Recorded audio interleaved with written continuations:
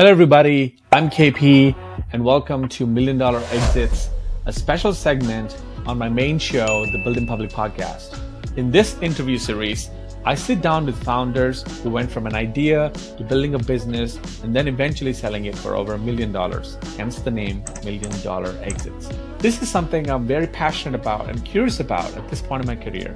I want to learn and share all the insights, mindset shifts, lessons, and non-obvious tips that are part of this unique journey with the next wave of founders who want to take this path as well. So buckle up and get ready to be inspired and informed. Here's a special shout out to our episode sponsor, Paralect.com. $1 million ideas come from every possible niche. If you're a busy domain expert in marketing, sales, finances, or healthcare and don't want to spend 6 months just to build an MVP, you'll find Paralect super valuable. Paralect is a venture studio built to design, build, and launch a product for you that is ready to sell in under 2 months. Start with no code or go full stack right away. Simply focus on growing your early adopter community and build in public, and they'll take care of the rest. Build your $1 million startup with Paralect.com, Paralect.com. I'm curious to hear about your date with failure and how your romance with failure and how it went. Like, okay, is that the path I want to go down, or is there a path where I control my time, I control my... Why do you keep working if you're a millionaire? So these we touched on some limiting beliefs, but like, what are some big myths that people have about having, I guess, $1 million exit or $1 million net worth? Hello, everybody. Welcome to yet another episode of $1 Million Exits podcast segment. And I'm your host, KP. And I'm super thrilled to invite a fellow entrepreneur from Auckland, New Zealand. Welcome to the show, Joe. Hey, g'day, KP. It's great to meet you. Excited to be on your show. I read about you and kind of learned about your background, and was really fascinated about sort of the both the length and the depth of your career chapters. I like to call them sort of inflection points that you've had, in your career. Some parts in ad tech, so now to all the way to creator economy. But can you quickly share a little bit about what is latest with Joe France? What are you doing now? What is keeping you up both in the night and in the morning? Sure. So thanks, KP. The thing that I'm focused on at the moment is my newsletter called The Independent You, that comes out weekly on Fridays, just up to issue 10 this week. Nice. So that's the key thing. And the idea is that for people who want to create their own roadmap to financial freedom, I write about my experience, particularly about mindset and the mindset shifts that I've had in my life that I think can help other people. So that's what I'm working on right now. That's awesome. And it's called theindependentyou.com, correct? That's right. I'm going to plug it in the show notes as well. Thank you. And let's back up to the sort of a couple inflection points in your career where you experienced the $1 million exit or becoming a millionaire as a milestone. And a lot of our audience, especially for this segment, are either halfway through or all the way through, or they just became one. And I think it's a meaningful topic that I keep coming back to, because it's not so much the particular 7-figure number, but it is about the state of financial freedom, like you said, right? That is the ultimate state that we all wish for everybody to be in. So I'm curious, how did you experience that? In what form in your career? So the $1 million exit, is that the key thing? Yeah, sure. So I was in a tech startup, and I was a co-founder. It was a Hong Kong holding company. We were operating in Southeast Asia, and we took on about I guess it'd be around $14 million of investment from SoftBank, a company called IDG Ventures, which is part of Barry Diller's organization, and angel investors. And we were doing advertising agencies. We were focused on Facebook, Google, and I was responsible for building an ad network. And that was the background to that. It was about a 5-year chapter. And over the course of 5 years, I went from not knowing anything really about ad tech or online to having a $1 million exit. I sold my stake to SoftBank and IDG Ventures. Right. That's brilliant. And in your current chapter, and you mentioned that you like to teach people about, the financial freedom, the mindset that it takes to get there. I'm actually very curious about um, some mindset differences that you noticed personally many years ago when you were getting started versus when you went through that inflection point you just touched on, which is the $1 million exit. What were the things like? What were distinct differences that you felt, especially about your mindset? Yeah, cool. So I'll preface it by saying I've always been optimistic, and that is probably, I guess that's a product of your environment, and maybe I grew up in a positive household, so maybe that's where I got my optimism from. So I was optimistic, and that I think over time has got me into trouble because I've listened to an idea and I've gone, well, that's great. I think that could really work. So I think the optimism helps. It also gets you into crazy places as well. But the thing that changed was I literally thought that business was about luck. I Mm, thought that it was a product of that business you'd be a successful business person if you happen to have an amazing idea or if you're in the right place at the right time. And I thought it was a product of luck. And what I learned in that 5-year period was that you can actually predict, you can create a financial model and predict how a business should fare. You can work mm, out the key factors and levers in a business. And I had this real financial awakening. I had a mentor who taught me how to do basic financial modeling. mm. And I remember he was showing me over a course of a few days, and I was just saying to him, "Wow, I literally thought that everyone was just lucky, and you just had to work really hard, but get yourself into a fortunate position." And so I guess we would have opened around 19 different entities. We had around 300 people working across 6 different countries. Wow. And we had 4 exits, actually, 3 $7 million exits and an $8 million exit. And that was, very much down to hard work, but a huge change in, at least in my understanding of how business was structured, and Mm. particularly the ability to financially model. So I called it my lottery mindset that I had before I went into it, Yeah. where I thought everything was just luck, and I was optimistic. I thought I could be a lucky person, but I came to understand that business is actually something that you can strategize Mm, and you can model and predict. mm. Oh, that's brilliant. Do you have a counter to balance the lottery mindset? What did you come up with a new term for this?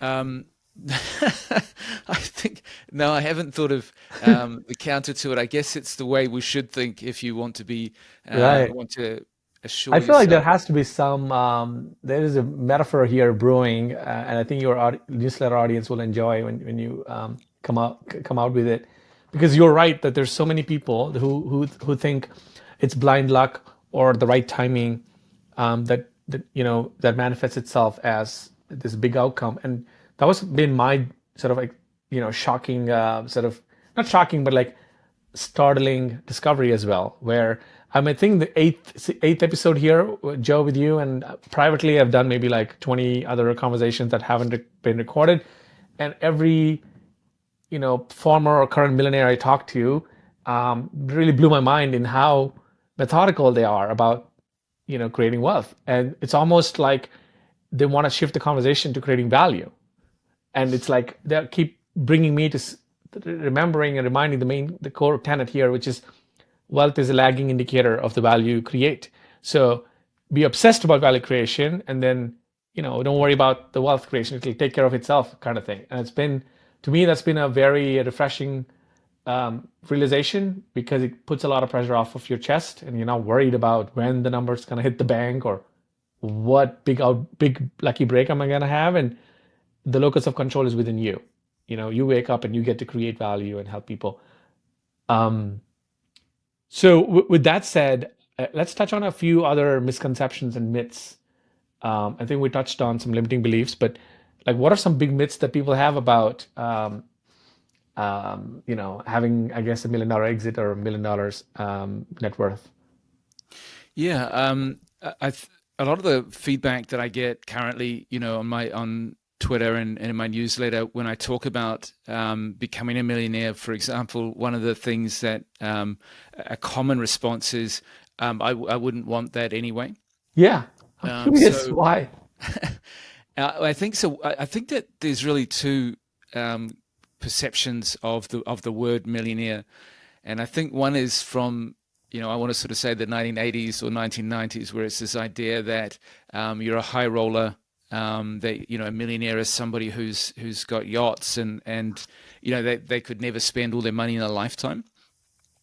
And I think that that probably didn't really wasn't actually that common then, and it certainly isn't now. I think the literal meaning of millionaire is somebody with $1 million or more of net worth. Right. So their assets, and take away the debt and liabilities, and what's left would be $1 million or more. Right. So I think that what people don't realize is that to retire, in many countries, in many cities, you probably need More. about that or Yeah, more. or more. Yeah. Yeah. Right. So I think one of the perceptions that people have is, oh, I wouldn't want to stop working. I wouldn't.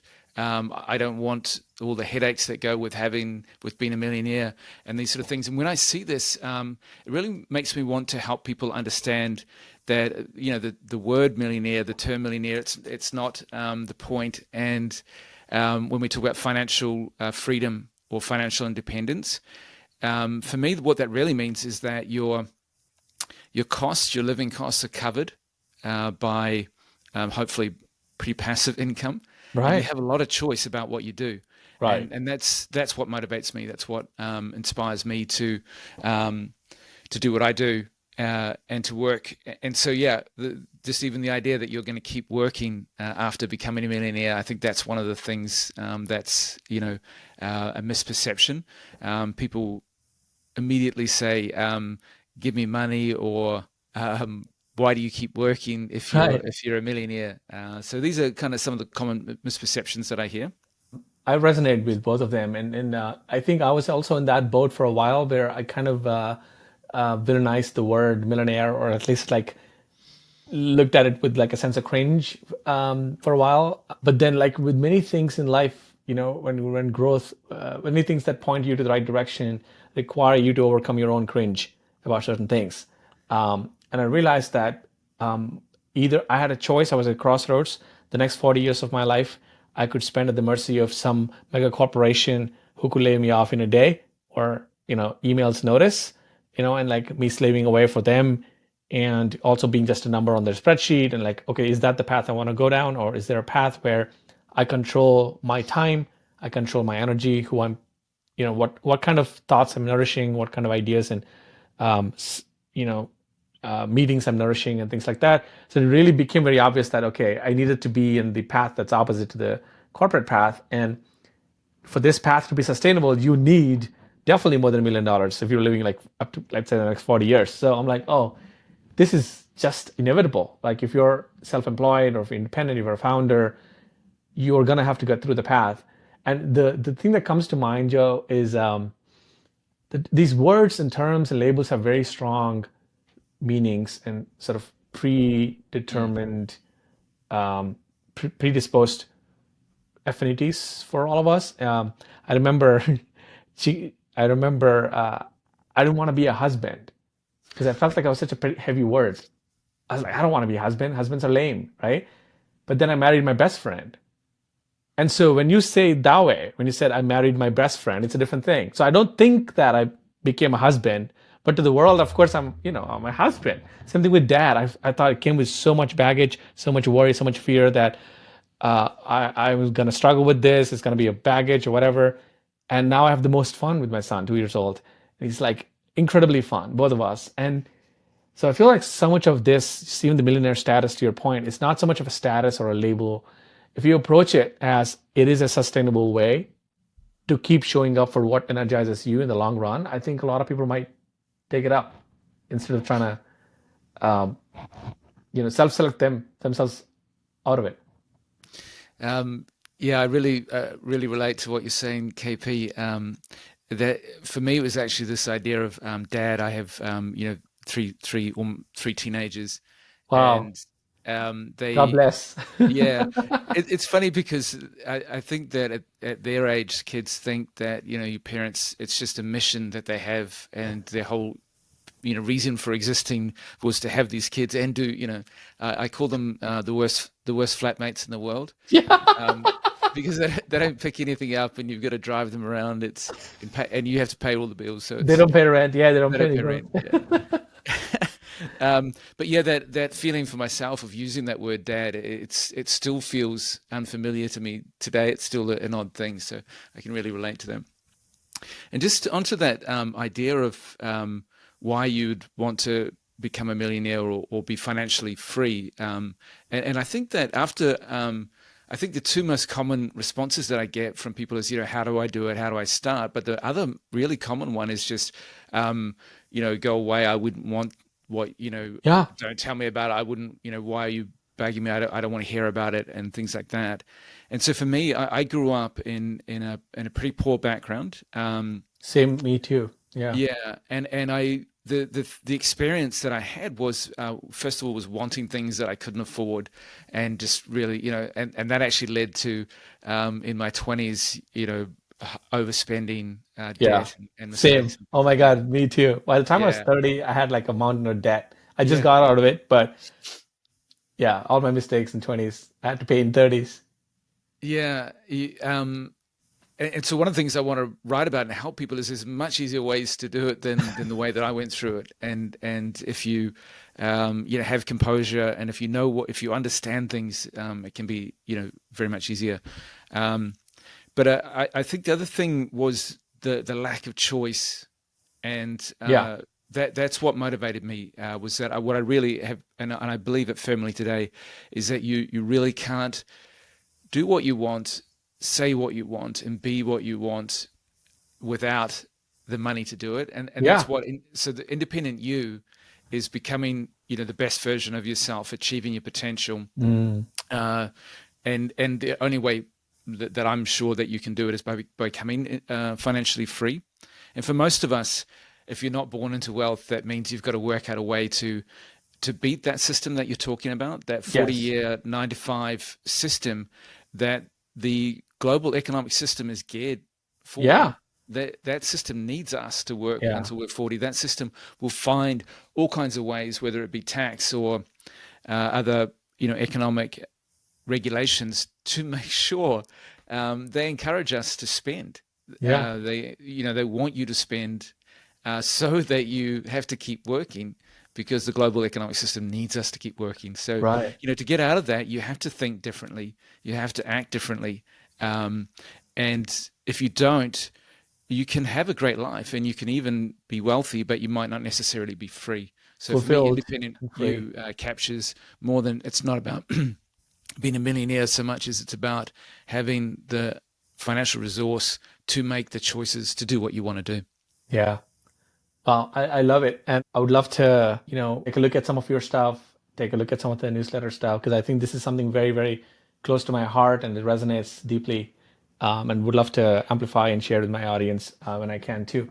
One of the final sort of touch points there in your previous statement was about freedom and getting to work on what you want to work on.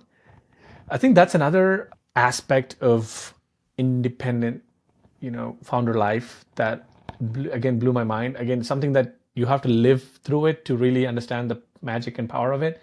I say this because my wife has a very strict regulated job where she's a school teacher at the government, the district, and every step of what she does is regulated and sort of predetermined and set to, and this is just how it is, that's just how she's accepted it.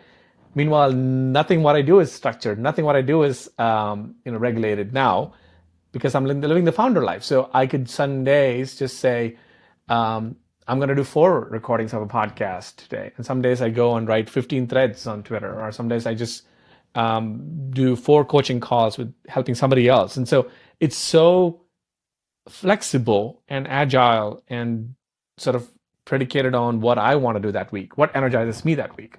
which constantly blows my mind and her mind all the time. She's like, that's why she knows that you're not gonna stop working even after you're financially free. I'm like, yeah, of course not, because I want to be, even at 78, I want to be helping some founders. I want to be some capacity, right? Maybe it's virtually, maybe it's teaching or coaching or whatever. And I think that is something I wish, I know you share the same desire, that more people saw that this is possible for them in their own scale. I'm not by any means printing money right now, but I'm definitely at a more fulfilled and free place than I was, when I was in corporate America. And this is so approachable, reachable with the rise of the internet, AI, and no code and all these tools today more than ever in history. Yeah. With audience building and so on. So anyway, reaction to that? I'm curious. Yeah, I just relate to it so closely. For me, your example, say, of doing 4 podcasts in a day, or you can choose those things. For me, it's about doing the thing that will make the most impact today. Yeah. What is the thing that will get me the greatest progress, and I can push aside things that won't. And when I've worked almost equally as an entrepreneur and in 9 to 5, so 13 years as an entrepreneur and about 11 as in a 9 to 5. And what I just experienced in the 9 to 5 was you do something and you'd say it doesn't make sense. You'd do it anyway, and you said this isn't going anywhere. It's not going to work. Do it anyway. And then they'd come and say, okay, this project you're working on, we're going to change it. So the work that you've done, completely wasted, right? And you're going to start doing this new thing. And I wasn't so much that I didn't want to work. I wanted to work on things that were going to make a difference. Yeah. And so the overwhelming experience that I had in working in other people's companies, the companies were often, and I think in most cases, it's a company that still operates. And people say things like, hey, it pays a salary, so it must be working, right? That's not a metric of whether a company is successful or not, but a lot of people will take that as the evidence that a company is working, so that it's still paying the bills. Right. So companies can be often quite poorly conceived, and even poorly managed, and the strategy is not great. And I found that going to work and knowing that what I was doing wasn't going to produce something successful, it drained me. Yeah. Because life is too short to do things that are pointless, and I just didn't want to do that. Yeah. And so now doing my own thing, it is something of a burden or a pressure. And for me, I actually have this challenge. I'll respond to external requests and people ask for things, and so I tend to help others first, and then focus on what I need to do. And it's quite a learning curve for me to go through to be able to push everything aside and just do this one thing that I know that I've got to grow my newsletter, and therefore I have to do these actions, and then prioritize. So those are fun things. It's a fun challenge, but I know where it's going, and I've worked out a strategy. And I run this fellowship called Building Public Fellowship. Right? I don't know if you've gotten a chance to see it. But we have weekly masterminds with founders in there, and I'm part of a Friday mastermind. So the last 6-7 weeks, the one recurring theme that I've seen is every founder out there who showed up and part of their status update, their number one recurring, we have a prompt that says, what's the bottleneck for this week? Or what's been a challenge for this week? And the number one answer has been focus. Focus, focus, focus. And so many people. And what's ironic and what's funny there is externally, when I look at their feed, or when I look at their sort of tangible outcomes, and 2 of them went into YC, got accepted, and then there's like a couple who are about to raise a pre-seed round, and some of them are like making 6 figures in monthly revenue in bootstrap companies. I'm like, so it's so funny because everybody's saying that focus is the main issue, and they're all at different parts in the trajectory of being a founder. So I've learned to accept that this will be a forever battle, because focus, who grades you on focus? You're the teacher, you're the student. You grade yourself at the end of the day by how much I focused today. So really there's no one external, and we always will have some inner critic in us who wants to say, you know what, today you could have done 4 more tweets to get like 24 more subscribers on newsletter. But at the same time, we lose perspective that, hey, today maybe was the day that was meant for connecting with Joe France and a podcast and having fun. Because I promise you, there's a version of KP out there in corporate America who's doing dumb shit like World Gold Coin Heritage Month or something, and then it's like wasting 4 or 5 hours a day trying to like put banners up, like some random dumb thing. So you don't ever question when the group does it, and you don't ever think like, oh yeah, maybe my focus is shit, a chat today because of this meaningless corporate whatever thing. But when it's a solo journey, you always like, man, I should have maybe spent 2 more hours on deep work or something. So I've learned to accept that, okay, there will always be something more to do and focus wise and trying to be easier on me.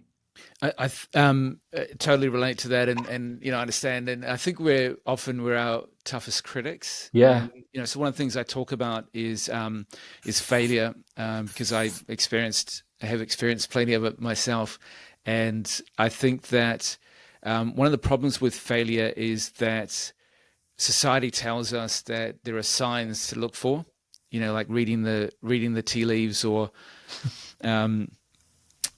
so that a sign is if you've had a failure or a step backwards, it's time to stop. And this idea of sort of reframing how we look at failure.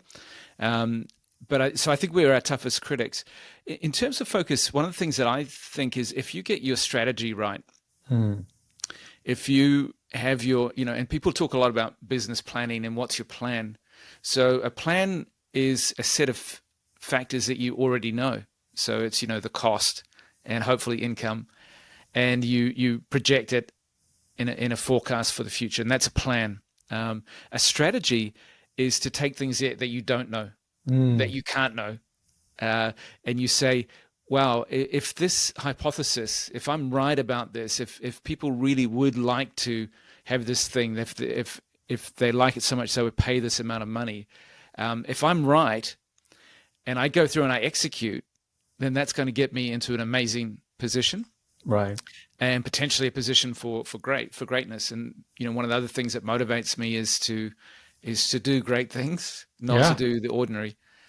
So I think when you have a strategy, then it starts to get easy because the plan that comes from that strategy is it makes things clearer, and I think that gives you more focus. So I think a lot of people we tend to want to work hard, and working hard we go, oh, I had a great day today, did so many things, and I see people, there's a guy in my network who has a pie chart every day, and he says how many hours he spent on this. And I said to him, have you ever put a dollar figure on that stuff you're doing, like your side hustle? You spent 2 hours today. Have you worked out what that's worth? And he's actually, productivity is his thing, and he's going like, no, I'm going to get onto that.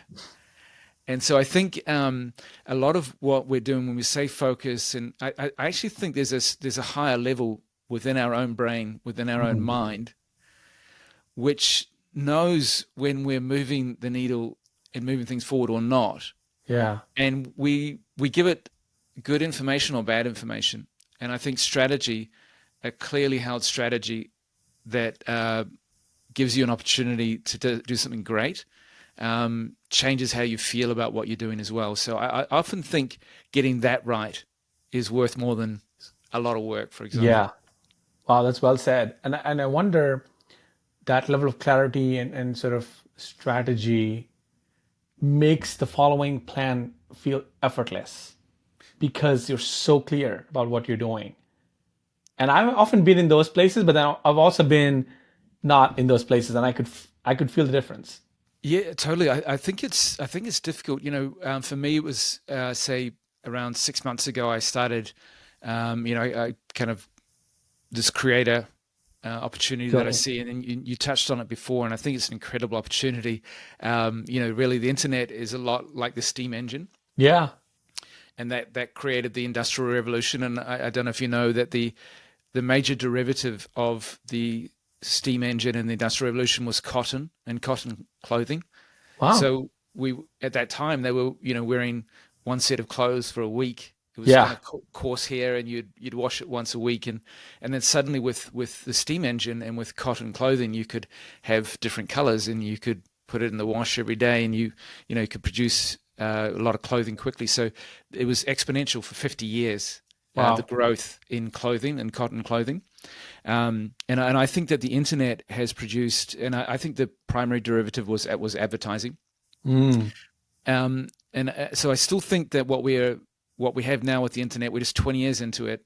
And I think impressions, and I think the value of those impressions, and it's gone from being, a typical banner ad into, sponsored content and lots of other different sort of models with it. But I think the opportunity for creators to have a following and to generate impressions, it's incredible. And I think that we're seeing the same kind of revolution that you saw with the Industrial Revolution. But so for me, about 6 months or so, committing to this and getting into that, for me, it was a lot about what was the business model that I would pursue. And I've tried, tested out many different things, and I tried, affiliate marketing, and different kind of looked at doing coaching and things like that. And I think those are hypotheses. I've had entrepreneurial experience. Maybe people would like to learn from me, and so what if I create this offer, and you test out these offers and all that kind of stuff. So that's testing hypotheses. And a lot of that, for me, what I find is I usually waste a lot of money on new tools and new apps and subscriptions to this and that, thinking that this is going to help me produce. So once you kind of clear through all that, and now, I have my path, and I'm doing my newsletter, and I'm doing a low ticket sales course, a course on selling. Then it becomes, what I think it's about is you create your own grind. Yeah. So, the thing that we don't like, perhaps, KP, you were talking about corporate America, and for me working for 9 to 5, there's a certain monotony in doing repetitive tasks. Right. But unfortunately, even as entrepreneurs, that's actually should be what our goal is, because by the time that you can create the repeatable workflow that produces results, you've actually done it. You've made it, and then it's just a question of scaling. Scaling it. Oh my God, it's so true, and it's so funny you said that, because just last week, I was thinking about the fact that the last 2 weeks have been very monotonous for me, but they're churning out money. Yeah. So, and it took me 6 or 7 months to get to a point where I can pull a lever, and I can see a Stripe notification at the end of this. But I was like second guessing, man, why am I like repeating each day? Every day looks like the previous day. But then every once in a while I have to remind myself, and when I talk to founders who are 4 or 5 steps behind me, that it's like catching lightning in a bottle. It's so hard to get the 4 or 5 factors right, like the offering that you have with what market needs, with what energizes you, with like all these 4 or 5 factors, the right price tag. And once you get it, I think that was maybe the universe saying, give me a sign that KP, now it's time to lock in and go hard the next 2 months, just like repeat the thing that's working, because it's rare. Yeah, I think it is. I think it's really congratulations if you have those and you see those Stripe signals, and I think that's essential trick, that to show that you're on track. These opportunities don't last. That too. You need to make hay while the sun shines. And I think that I see entrepreneurs getting really creative again, and they're going like, I've had another idea. And so the test now, I think, KP, is the ability to scale will be a function of how good your original strategy was, how great that first hypothesis was. One of the things I see a lot on Twitter and I see on the web, and people are saying, don't overthink things, just go and do things, right? But I don't really think that there's a risk of people just sitting around, thinking. I don't think that's the risk. I think the much bigger risk is people going down rabbit holes, chasing after, ideas. So I think actually there is, the same way as I found out originally that business isn't luck, strategy isn't luck either. There's a method to create a strategy. And one of the things that I found, over 25 years now is I know that if I get to the point like you're describing, where you're getting these stripe signals, if it's something that I don't want to be, if I've created a grind that I don't want to keep doing, right. If I'm doing, if I've gone and created a business for myself that I don't love, and let me use coaching as an example. Right. I get every day, I get a direct message saying, hey, love your account. Let me help you create a coaching offer, and you can, but I'm not a teacher. I've done a little bit of teaching in my life, and I just don't love that experience, and I feel a burden, and I want to create a course that helps hundreds, hopefully thousands of people. But I know that I don't like coaching. Right. But a lot of people they'll ask a different question. They'll say, well, how much money am I going to make? Yeah. And then the guy, so that's easy. There's a guy that that you probably know from Twitter, who's involved in an app that helps you schedule tweets. Yeah. and he's pretty well known. And so he's saying, he's one of the guys, and he was saying, hey, you can go from $0 to $30,000 per month in 3 months. And I've been around for 25 years, and I'm going like, there aren't a lot of one people businesses that are seeing that kind of growth. You must be talking about an agency. And he said, yeah, man, it's an agency. And I'm going, well, I have actually helped to build agencies. And I don't want to be one of the there. Worst business. Let me tell you, I've built same thing. 2016, 15 through 17 for 2-3 years. I did an agency on the side. Burnt me out. Hated it. Actually, I'm so glad that you're self-aware about sort of even the coaching part, Joe. And that's where it's very important to kind of get to the nuance of any advice. You listen online, including this podcast. If someone's listening to this, hopefully you can parse it out through your own lens of how much of what we're talking about, Joe and I, resonates or overlaps with what energizes you and what gets you up in your chair and just like gets you going, along with what makes, money in the long run, right? So for me, it's so weird because I love coaching. I love the manual, scrappy, non-scalable version of coaching, and I get super energized by it. But what I do to kind of counterbalance that is that I charge very high. I mean, not very, very high, but like I charge more than I would probably be comfortable charging, because I'm a little like I feel a little guilty about sort of, I just want to help people, right? But I use the charge or a price tag as a way to limit the noise and only have signal, the right 4 people in the corner. And I want to go all in with those 4. Like, I've become self-aware and gotten to that point because I tried a courses journey and I hated the course journey. I'm sorry. This is my honest reflection. I was like, oh my God, this is talking to a screen, and I don't get energized by talking to a screen. I'm very different about that. And I was like, okay. But like you said, there's so many people who shined with that, business line, including Justin Welsh and some of my friends. And I was like, something's wrong with me, probably.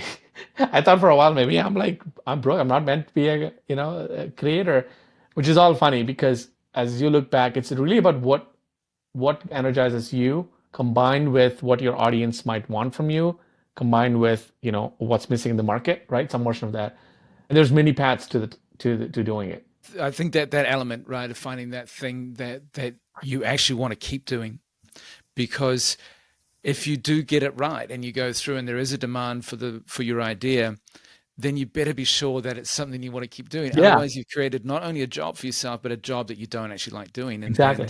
I feel like a better framing for that is to kind of ask yourself, would you be doing this, continue doing this, even if you didn't get paid? Like, is this an infinite game? I think with the newsletter creators, Drew Riley is a good friend of mine, and his advice has always been like, KP, pick the game that's like an infinite game for you. Like, you would go do the game or play the game for 40 years, even if you were not getting paid. And I was like, oh, that's a pretty strong, because he built Trends.vc based on that philosophy. And of course, wealth will find you when you're constantly creating value, as we talked about earlier. I think it's hard for, so a lot of the people I'm talking to are reasonably desperate. They urgently want to get money, and they want to know how do I, get started. And so I think it's very hard to have that conversation with someone, do that thing that you would like to be doing. I guess there's a learning curve to be able to appreciate that point. And so a lot of the people I'm sort of talking to and trying to help maybe earlier in the starting point, when we talk about mindset, and see how do I get started, and it may be your 9 to 5, and then you create a hustle. And I think to me, another thing there, sorry, Joe, is I feel like a lot of people think of either these two lifestyles we just talked about, the 9 to 5 and the founder life, as their binary one-way doors. Like it's like you're just going into a portal and you're escaping to space to a different planet, forgetting the fact that they're completely reversible decisions. So there have been times in my career where I've been a founder, burnt out, took a job, enjoyed it for a while, burnt out, didn't like it, but I knew deep down that I was going to be a founder eventually. But doing what's practical for you is so key. So the 6 months journey I was telling you, like before the Stripe notifications kept showing up, 3 months ago, I had a coaching call with someone who was my coach. And I told her, look, I'm in this tremendous stress right now. Like I'm doing all these one-off like consulting projects, and they're not energizing me. They're money. They're giving me big chunks of money, like decent chunks of money, but they're not energizing me. And I don't know what's my thing yet. Like the thing that has both energy and money. And she said, KP, like there's no harm in giving yourself a deadline, saying, okay, here's my deadline until which I will try, because you're a dad and you have family, you have bills to pay.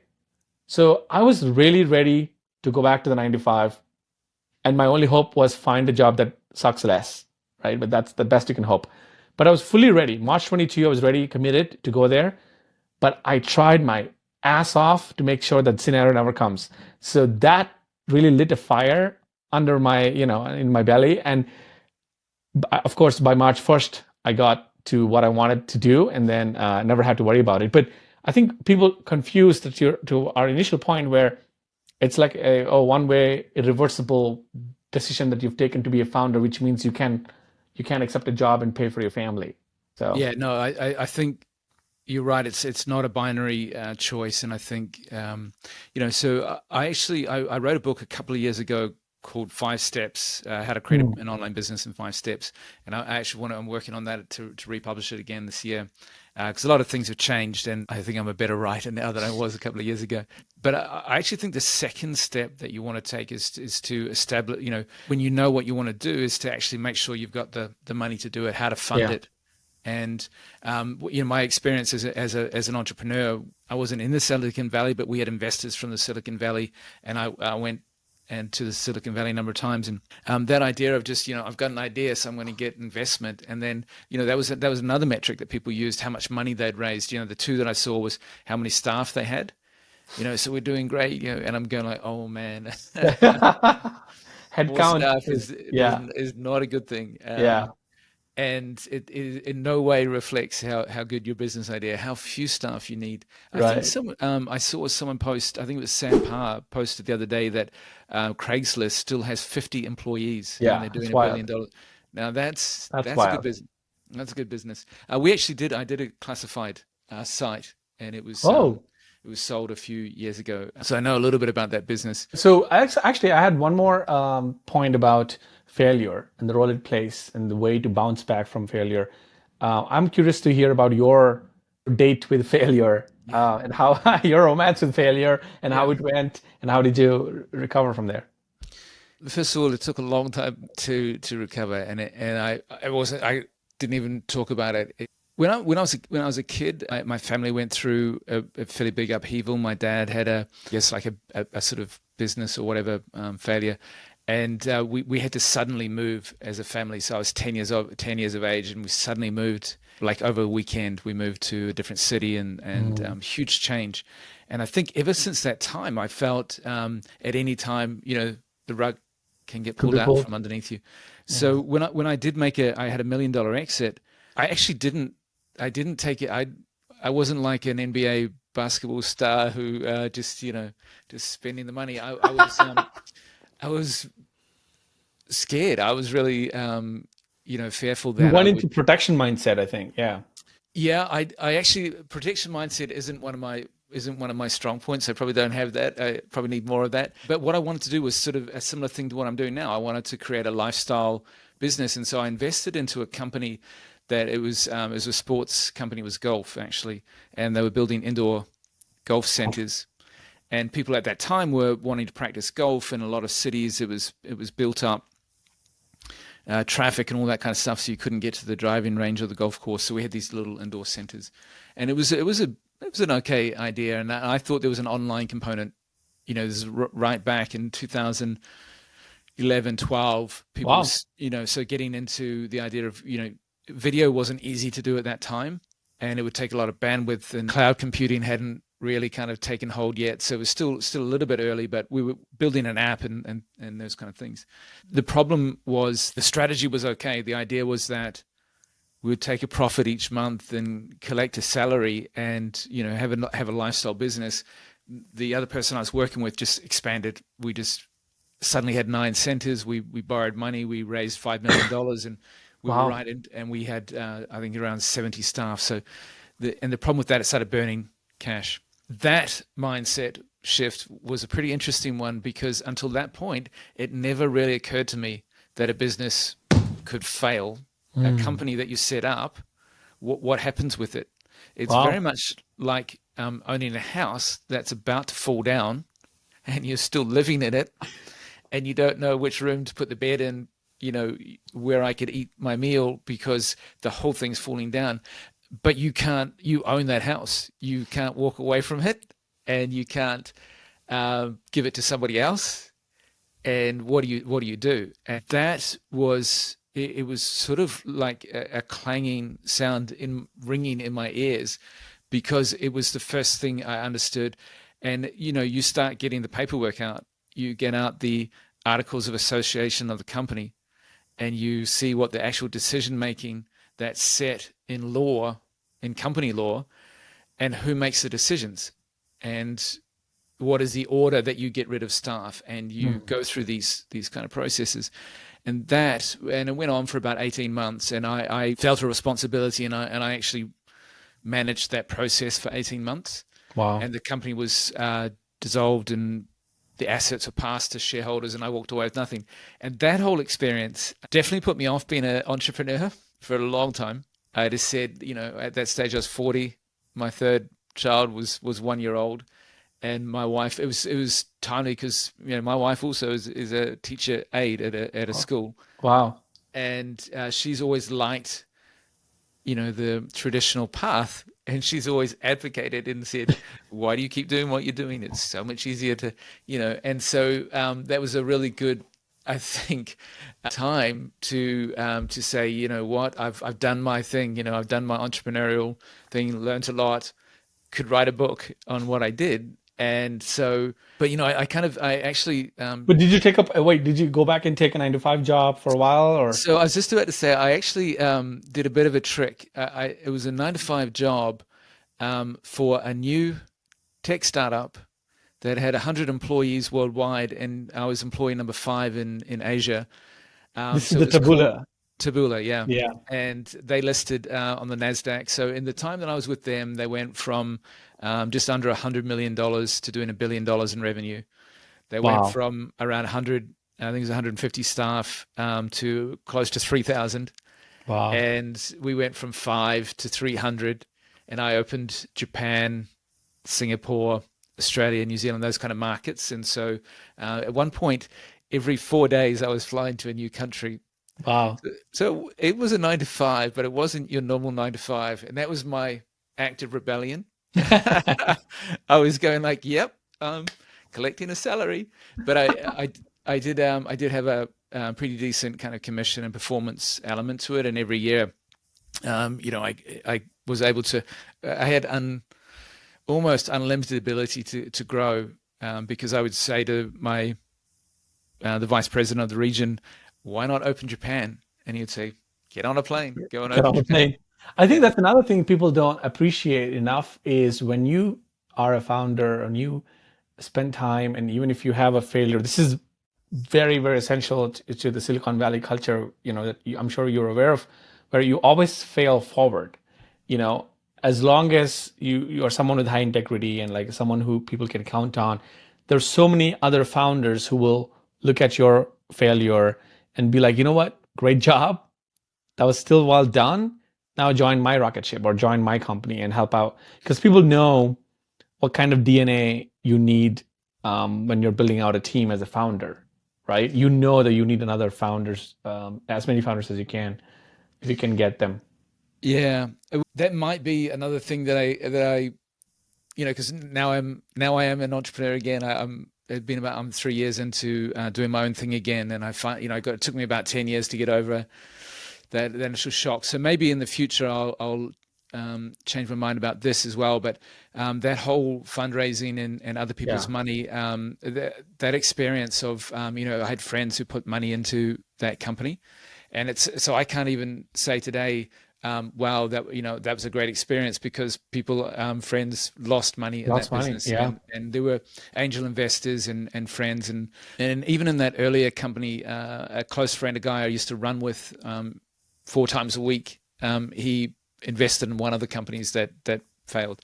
Yeah, I didn't come out of that experience wanting to go back and take people's money again. And it was, taking people's money is not the right expression, but I didn't want that burden again. And so, the Justin Welsh solopreneur, I actually advocate for people, if you're listening to this podcast and you're starting out, I really think that working in a group and co-founding a business and being an entrepreneur for 5 to 10 years is the right path. It's the right way to do it, because you'll learn so much quicker, and you'll expose yourself to so many more opportunities and ideas when you're part of a group. So I would say, don't become a solopreneur first. For me, I'm in a great space now where I think that this the way that the web is set up now, where we can go on Fiverr and have a gig contractors, get things done, and people with a lot of talent providing services, so you can really find amazing things. That none of that stuff was around 15 years ago. Right. It's 15 years ago, when we had an idea, we would say, how much server space do we need to, how many racks do we need in the data center do we need to pay for? Everything, it was so expensive. So that, when I say I'm wasting money on tools, it's $40 in a month or something. That the opportunity is incredible. The tools are there, and the people are there. It's an exciting time. I think the next 10 years is going to be incredible. I'm in the same path, just like you. Same thing. I'm the solo founder, one person, but I have contractors helping me out, leveraging both Upwork and Fiverr, and some of them actually, even through my network and connections, when I put out something that I need help with this, and they're like, when you have an audience, another thing that I didn't know before I had an audience is people love to help you. There are so many talented people who want to work with you because they've read your content or consumed your stuff. And I, to your point, the next 10, 15 years are going to be, amazing for people who, want to build a creator-led, creator-centric business. And even just like, I think bootstrapped to me has become like the main path, unless, of course, if an idea comes around and you're like so driven to spend 10 years on it, and then that's different, right? But to your point about coaching and consulting, I think that's a great way to test your idea and fund your own idea.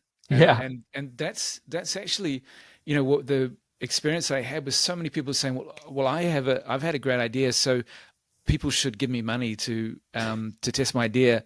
And they have, I'm sure you have them, but sort of the GoFundMe type pages to fund your business idea. Go and test it out. Help people. You've mentioned value creation. Prove that it works. And that it works. When the rubber meets the road, right? Like, a lot of people are afraid of that truth, but I think that is fundamental to being an entrepreneur, is that you want to be as close as possible to reality. Like, don't ever sleep on assumptions. No, I love that. So one last thought before we wrap up, Joe. This has been such a fun. I lost track of time at some point. It's been such a fun. Thank you for all that you've shared. What is in the next few months for you? Like, what is it going to look like? What's your roadmap? Looks like the newsletter is a big focus, but apart from that, what are some other content experiments you're curious to try? Yeah, thanks, KP. And it's been great talking to you. It's, love the idea of your podcast, and, it's been brilliant. Yes, I mentioned I had this, so I did a lot of sales. And so starting from zero is something I talk about a lot. And I've just finished doing a five-part series on my newsletter of what do you do? How do I start from zero in 2023? For me, that was actually learning to sell.